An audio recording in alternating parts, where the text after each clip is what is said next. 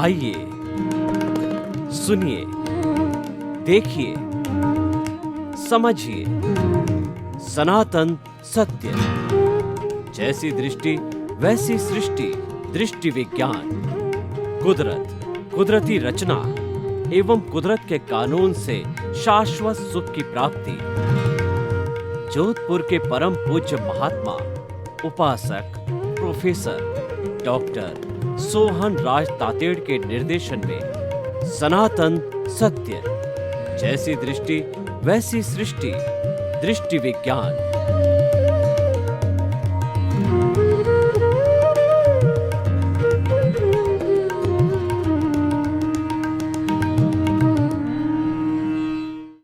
सनातन सत्य, इस कार्यक्रम के अंतर्गत हम आपको कुदरत, कुदरती रचना और कुदरत के कानून के अंतर्गत सनातन सत्य देना चाहते हैं, यूनिवर्सल ट्रुथ देना चाहते हैं, सार्वभौम सत्य देना चाहते हैं, इस ब्रह्मांड की अल्टीमेट रियलिटी देना चाहते हैं।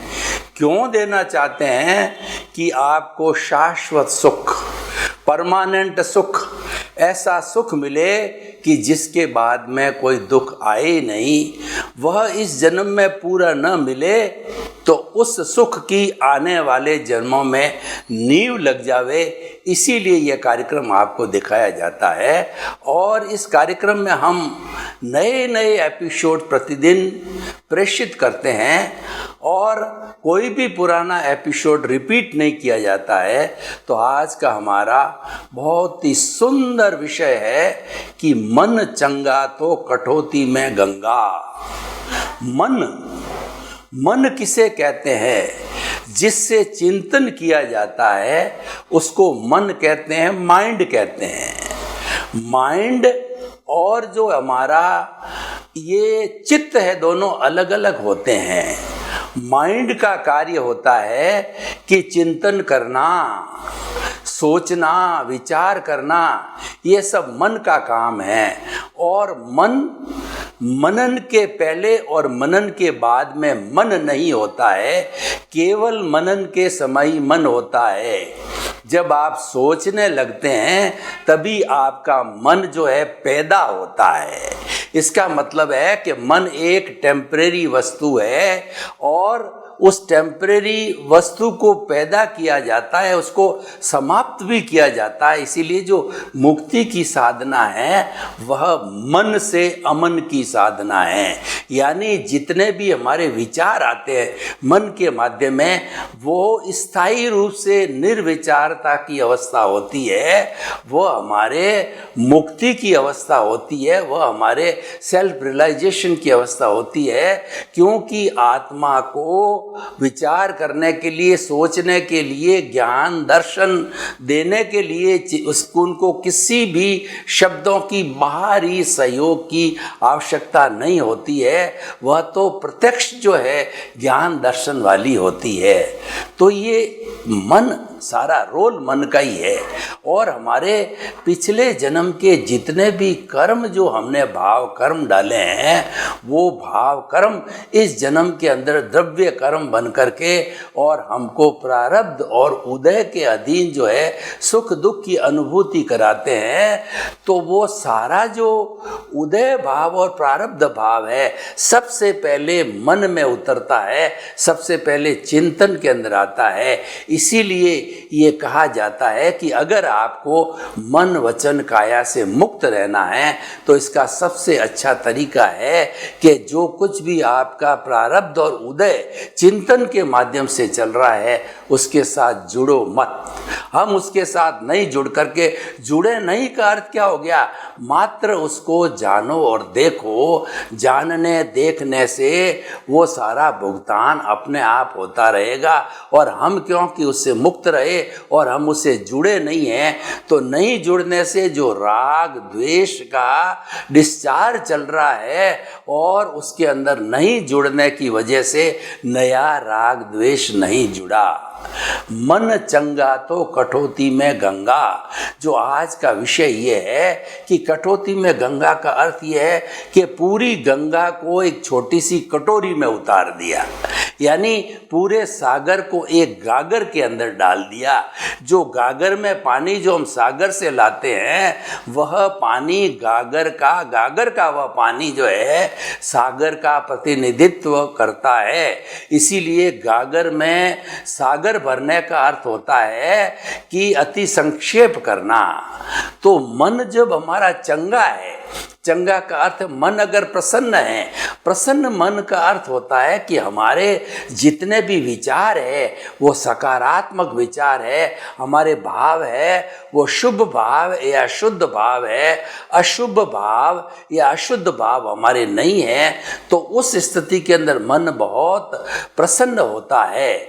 और मन के बारे में तो जो योगी पुरुष होते हैं, मन के बारे में कितनी सुंदर बात कही गई है कि चाह गई चिंता मिटी और मनुआ बेपरवाह, जिनको कुछ नहीं चाहिए जोई शहंशाह। इच्छा मिट गई तो मन बेपरवाह हो गया। यह चिंतन करने वाला मन चिंता मुक्त हो गया। और जिनको कुछ ना चाहिए वही शहंशाह। शहंशाह वह होता है कि जिसको इस दुनिया की कोई भी भौतिक वस्तु, यश है, पद है, प्रतिष्ठा कुछ भी नहीं चाहिए। इसीलिए वो फक्कड़ होते हैं और उनके चरणों के अंदर बड़े बड़े कुबेरपति, बड़े बड़े नेता, बड़े बड़े लोग उनके चरणों में नमन करते हैं। उनके त्याग को नमन है, उनकी अनाशक्ति को नमन है, उसकी निष्प्रियता को नमन होता है। तो इस तरीके से हमारा मन चंगा हो जाता है तो हम प्रसन्न रहते हैं, मेंटल पीस रहती है। और उस मेंटल पीस के जरिए हम कोई भी कार्य करते हैं तो वह काम भी बड़ी प्रसन्नता से किया जा सकता है। तो अब देखिए कि मन चंगा जो है वह कैसे रखा जाए। कि दो तरह की एक्टिविटीज़ होती है। एक तो एक्टिविटीज़ जो कि हमारी लायबिलिटी है और वह जन्म से मृत्यु के बीच में हमको करनी ही पड़ती है, बाध्यता है। जैसे कि आपका परिवार है, आपके बाल बच्चे हैं, तो आपकी ये बाध्यता है कि उनका पालन पोषण करना, भरण पोषण करना, उनको शिक्षा देना, उनकी ब्याह शादी करना और उनको पैरों पर खड़ा करना, ये आपकी लायबिलिटी है। तो हम भी इस जीवन के अंदर पूर्व जन्म के कर्मों की लायबिलिटी भुगतान के लिए लेकर के आते हैं। तभी कहा गया है कि ये जो मन वचन काया रूपी जो शरीर मिला है, ये जो पुतला मिला है, ये पिछले जन्म के कर्म के भुगतान के लिए मिला है। तो एक तो ये स्थिति चलती रहती है। तो इस स्थिति को तो आप रोक नहीं सकते, आपके हाथ में नहीं है, ये तो कुदरत के हाथ के अंदर है। क्योंकि कोई भी प्राणी जन्म लेते ही वह कुदरत के अधीन चला जाता है, कुदरत पर उसके नियम लागू होते हैं और उसको एक भी अतिरिक्त सांस लेने की स्वतंत्रता जीवन भर तक नहीं रहती है। तो ये जब चल रहा है और हमको पता है कि इसके अंदर हम कुछ कर नहीं सकते, तो उसमें मध्यस्थ रहो, उसके साथ जुड़ो मत, उससे साथ मुक्त रहो। तो मन वचन काया से मुक्त रहना है, वह मन चंगा है। जो कुछ चल रहा है, मान लीजिए कि आपको जो 1 लाख रुपए का नुकसान हो गया, तो नुकसान तो आपकी नियति थी कि पूर्व जन्म में आपने किसी को नुकसान दिया था, तो इस जन्म के अंदर आपको नुकसान प्राप्त हुआ। ये तो जो है वो एक्शन का रिएक्शन हुआ, ये तो ध्वनि की प्रतिध्वनि हुई। ये भाव कर्म जो है द्रव्य कर्म के अंदर बदले, तो उसके अंदर जो है जो हमने किया वो हमको मिल गया। तो आप उसके अंदर जब आपको नुकसान हो गया है तो आप समभाव रखो, उसके अंदर ज़्यादा परेशान मत हो और उसके अंदर कोई तरह का डिप्रेशन वगैरह नहीं करो। यानी जो कुछ भी घटित हो रहा है उसको जानते रहो, देखते रहो, उसके मात्र ज्ञाता दृष्टा रहो कि ये फिल्म है जो चल रही है, ये चलती रहेगी और मैं तो इसको देखने वाला हूँ, जानने वाला हूँ। तो मन चंगा हो गया, और मन चंगा होते ही कठौती में गंगा आ गई। कठौती में गंगा आने का अर्थ यह है कि आपके नए कॉज नहीं पड़े। जब आपके नए कॉज नहीं पढ़ते हैं तो कॉजल बॉडी का विस्तार नहीं होता है, और पूर्व जन्म के अंदर जो आपने कॉजेस, बंच ऑफ कॉजेस डाले थे, इस जन्म के अंदर वो कॉजेस या डिस्चार्ज होते जाते हैं, तो बढ़ोतरी नहीं हुई है बल्कि घटा है। तो आपने इस जन्म के अंदर घटाया है, और कुछ आने वाले जन्मों में घटा करके आप मुक्ति की अवस्था को जा सकते हो। हम जो ये कार्यक्रम सनातन सत्य बता रहे हैं, इसका जो है मुख्य उद्देश्य क्या है कि हमें मुक्ति की अवस्था को प्राप्त करना। मुक्ति की अवस्था अभी हमारे इस भरत क्षेत्र के अंदर जो है, केवल ज्ञान कहिए या मुक्ति की अवस्था कहिए या मोक्ष कहिए, free from the bondage, salvation, emancipation अभी संभव नहीं है, क्योंकि अभी यहाँ पर अवसर्पिणी काल चल रहा है, उसका 5वां आ रहा है। तो इसीलिए ये अभी जो है, जहाँ पर महाविद्य क्षेत्र है, वहाँ सिमंदर स्वामी भगवान हमारे तीर्थंकर विराज रहे हैं, जो कि हमारी सारी सार संभाल करते हैं, हमारी सारना वारणा करते हैं। तो हम वहाँ जाकर के मुक्ति को प्राप्त हो सकते हैं। तो आपने यहाँ कॉजल बॉडी को कम किया, और आपने जो शुद्ध भाव डाले, आप प्रतिक्षण, कठौती में गंगा का अर्थ ये है कि आप प्रतिक्षण जो है ये नए भाव डालते रहो, जो कि शुद्ध भाव है।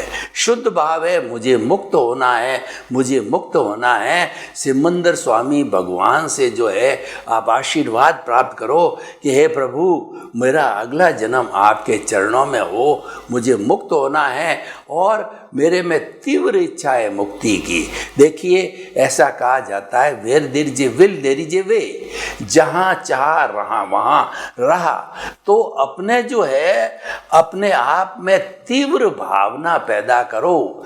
जब तीव्र भावना पैदा हो जाती है तो वह कार्य बड़ा आसानी से हो जाता है।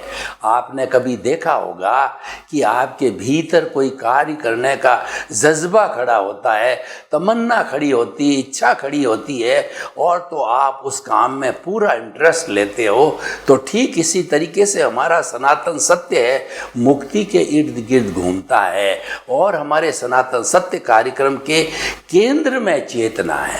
मुख्य बात यह है कि ये दो मुख्य सिद्धांतों को लेके चलता है कि केंद्र के अंदर शुद्ध आत्मा स्वरूप है, जो मूल अवस्था में वह हर जीवित प्राणी के अंदर मौजूद है, और उसके साथ साथ में उसको जो शरीर मिला है वो पूर्व जन्म के कर्मों के भुगतान के लिए है। तो वह अपना भुगतान चलता रहता है, यानी एक तो हो रहा है, जो हमारी पिछली लायबिलिटी वो हो रही है, तो उसको होने दो, उसको मात्र आप जानो और देखो। जब आप उससे मुक्त रहोगे, जब आप उससे नहीं जुड़ोगे, तो नया कॉजल, नया चार्ज जो है वह नहीं होगा। उसकी जगह आप शुद्ध भावना करते रहो कि मैं जो है शाश्वत सुख को प्राप्त करूं, मैं अपने स्वरूप को प्राप्त करूं। जो व्यक्ति अपने स्वरूप को प्राप्त कर लेता है, सेल्फ रियलाइजेशन कर लेता है, अपनी आत्मा का एहसास 360 डिग्री तक कर लेता है, फिर उसको करना कोई शेष नहीं होता है। और ये 360 डिग्री तक अपनी आत्मा का एहसास करने का मतलब होता है केवल दर्शन, और केवल दर्शन होने के बाद में पुरुषार्थ समाप्त हो जाता है, और अगले जन्म के अंदर केवल दर्शन की अवस्था वो केवल ज्ञान में परिवर्तित होकर के वो स्वयं जो है वो व्यक्ति वो इस औदारिक शरीर के अंदर जो है एक भगवान का स्वरूप हो जाता है। जैसे कि भगवान महावीर ने 12.5 वर्ष तक साधु जीवन के अंदर जो है वो ज्ञाता दृष्टा की साधना की, वो मन वचन काया से मुक्त रहे। उन्होंने अपने शरीर को वो श्रेय कर दिया, और वो तो अपने आत्मा के अंदर अवस्थित हो गए, वो आत्मा के अंदर खो गए, और उसी का चिंतन करने लगे, अपना रियलाइजेशन करने लगे कि मैं कौन हूँ, मैं कहाँ से आया हूँ, और मुझे क्या कहाँ जाना है और आखिर मेरा जो है इस आत्मा का क्या अस्तित्व है, आत्मा का क्या गुण है और उस गुण को मैं, उस स्वरूप को मैं कैसे प्राप्त कर सकता हूँ।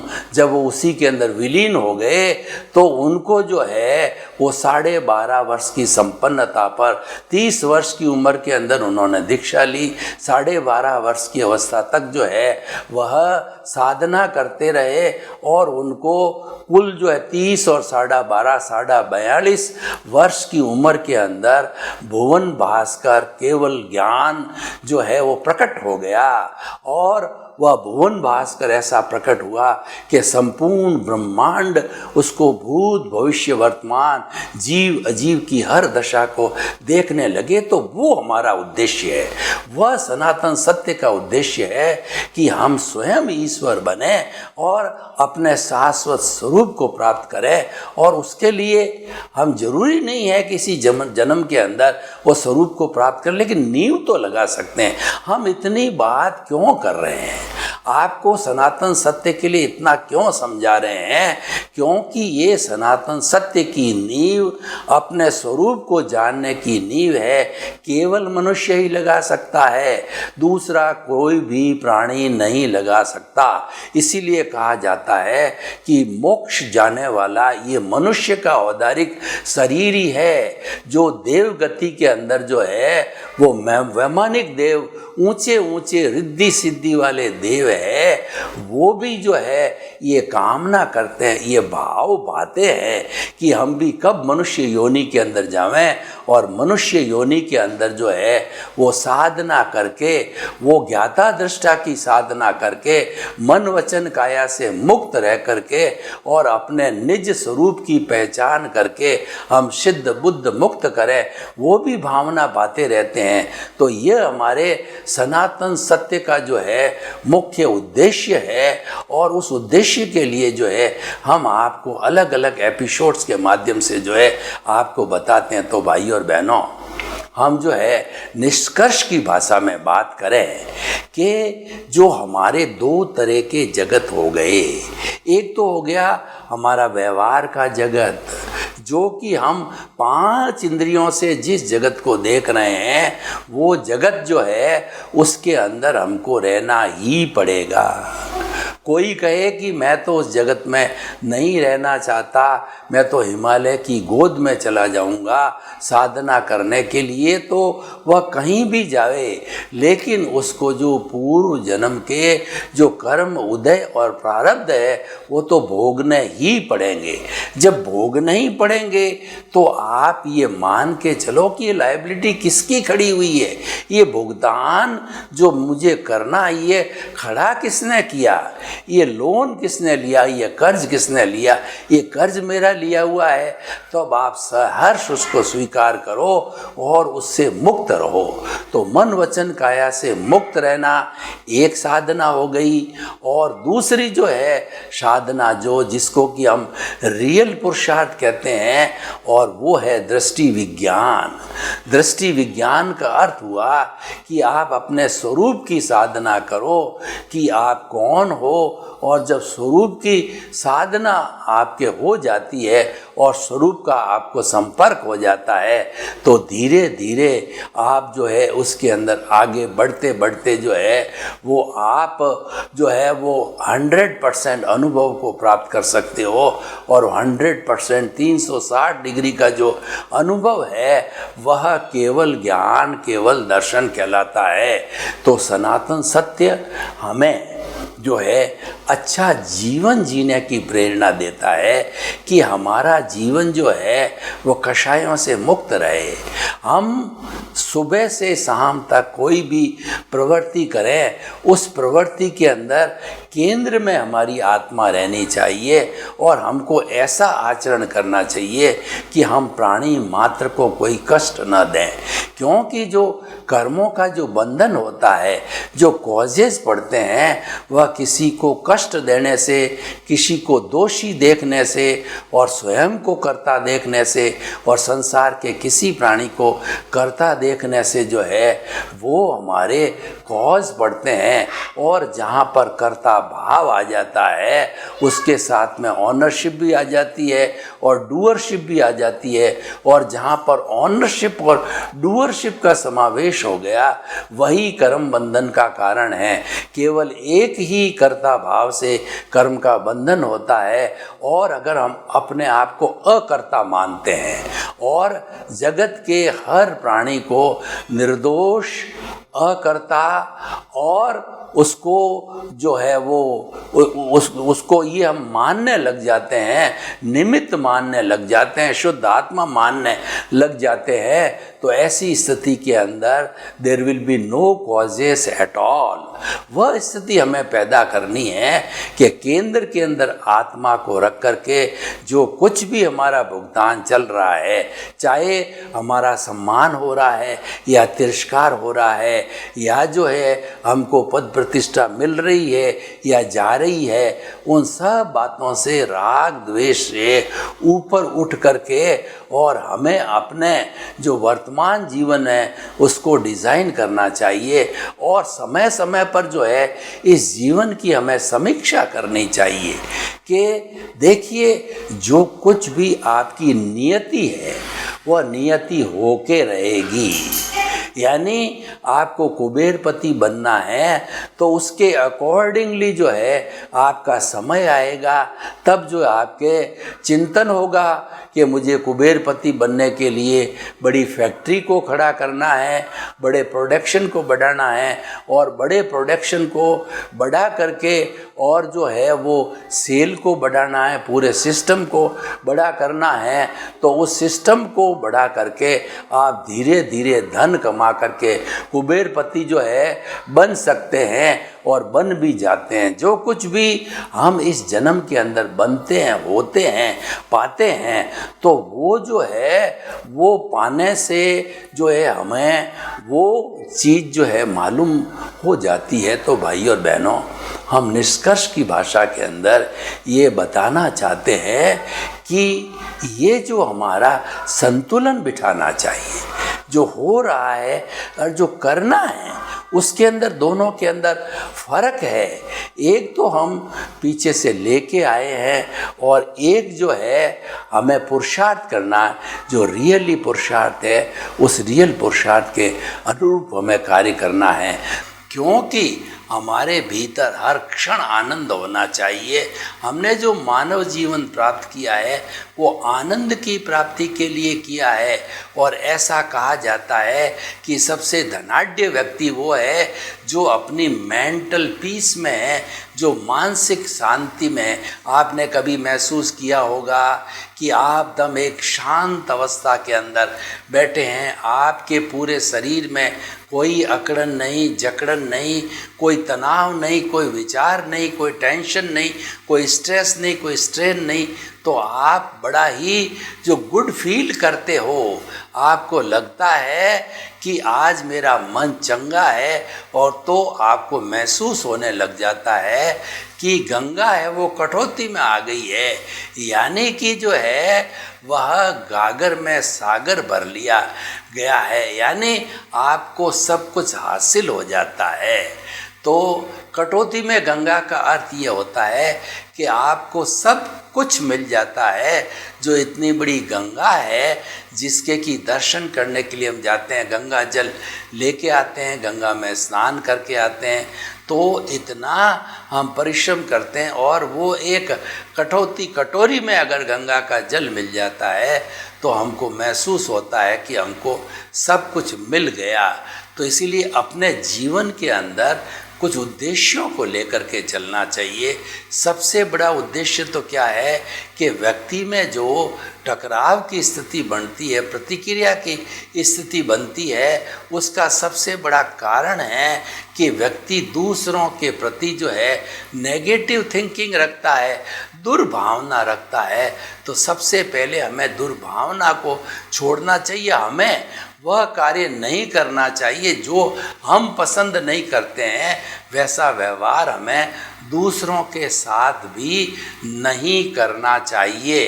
तो इसलिए जो है हम ये आपको बताना चाहते हैं कि हमारा जो सनातन सत्य कार्यक्रम है, इसका उद्देश्य यही है कि आपकी रॉन्ग बिलीफ समाप्त हो जावे और आपको राइट बिलीफ मिल जावे। राइट बिलीफ क्या है कि आप सब जीवों को आत्मतुल्यवत समझो और सबके साथ में मैत्री का व्यवहार करो, सबको और किसी को अपना शत्रु मत मानो। जब हम हर प्राणी का आदर करेंगे और उसको आत्मतुल्यवत रखेंगे तो वो हमारा मित्र बन जाएगा। और जो मित्र होता है वो कभी भी हमें नुकसान पहुंचाना नहीं चाहता है, क्योंकि उसके मन में हमारे प्रति सम्मान और आदर की भावना होती है। तो इसीलिए जो है हमें अपने मन की प्रसन्नता प्राप्त करने के लिए जो है हमें कुछ सूत्रों पर जो है ध्यान देना चाहिए। एक तो सूत्र सबसे बड़ा ये है कि हमें जो प्राकृतिक नियम है उसका पालन करना चाहिए, प्रकृति की गोद के अंदर रहना चाहिए। हमारी जो दिनचर्या है वह एकदम प्राकृतिक होनी चाहिए, समयबद्ध होनी चाहिए। हमारे कार्य भी पेंडिंग और लिंगर ऑन नहीं हो जावे और उसके साथ साथ में हम किसी के साथ कमिटमेंट करें और वो पूरा ना हो, ऐसा कार्य नहीं करना चाहिए। और वर्क भी व्यक्ति को ओवरलोडेड नहीं लेना चाहिए, जितना व्यक्ति कर सके उतना ही कार्य उसको लेना चाहिए, तभी वह जो है प्रसन्न रह सकता है। व्यक्ति ओवरलोड कार्य करता है, ओवरलोड सोचता है, लोगों की निंदा करता है, लोगों के प्रति कटुता का भाव रखता है और लोगों के प्रति जो है ईर्ष्या का भाव रखता है। तो ये सारे नेगेटिव थॉट्स है। कहने का अर्थ ये है कि जितने जितने भी नेगेटिव थॉट्स का हम सेवन करेंगे उतनी हमारी प्राण ऊर्जा खर्च होती रहेगी और वो सारा प्रभाव हमारी मन की प्रसन्नता पर पड़ेगा। मन हमारा खिन्न रहने लग जाएगा और जब मन खिन्न रहने लग जाएगा तो हमें किसी चीज़ की प्राप्ति नहीं होगी। जब मन प्रसन्न होता है तभी सब चीज़ों की प्राप्ति होती है, क्योंकि सबसे पहले कुछ भी प्राप्त करने के लिए व्यक्ति का मूड अच्छा होना चाहिए। व्यक्ति जो है वह अच्छी तरह से जो है वो बैलेंस्ड होकर के कार्य करे। अनबैलेंस होकर के कोई कार्य किया जाता है तो उसके अंदर व्यक्ति को प्रसन्नता नहीं होती, व्यक्ति तनाव से भर जाता है। तो इसीलिए जो है हमें अपने बहुत से सूत्र है उसके, जैसे श्वास, दीर्घ श्वास परीक्षा है, हमें श्वास को लंबा लेते रहना चाहिए। जब श्वास को हम लंबा लेते हैं तो लंबा लेने के साथ साथ में हमारे जो विचार है उनका तांता भी समाप्त हो जाता है, यानी विचार स्थिर हो जाते हैं। ये विचारों का तांता जब लंबा होता है तो हमें जो है वो दुखदायी बनाता है, हमें अप्रसन्नता लाता है। तो उस तांते को हमें समाप्त करना चाहिए और समाप्त करके और हमें जो सुख का जीवन जीना चाहिए। कहने का अर्थ ये है कि अगर आपके भीतर प्रसन्नता है तो बाहर के जो है जगत के अंदर आप जो है प्रसन्नता बिखेरते रहोगे। तो इसीलिए हमारे भीतर और बाहर की प्रसन्नता का आपस में सामंजस्य है और वो सामंजस्य बना रहना चाहिए। सब कुछ आता है वो भीतर से आता है और भीतर हमारी प्रसन्नता है तो आप मान के चलिए कि बाहर की प्रसन्नता अवश्य होगी। तो हमारे भीतरी जगत को और बाहरी जो हमारा व्यवहार जगत है उन दोनों को संतुलित करें, उनके बीच में सामंजस्य बिठावें और हम मन चंगा तो कटौती में गंगा कहावत को सार्थक करें। आप सभी के प्रति मंगल भावना, शुभ कामना। सर्वे भवन्तु सुखिनः, सर्वे सन्तु निरामया। इस जगत के सब जीवों को सुख मिले, शांति मिले, आनंद मिले, मुक्ति मिले और सभी प्रसन्न रहे। आपके प्रति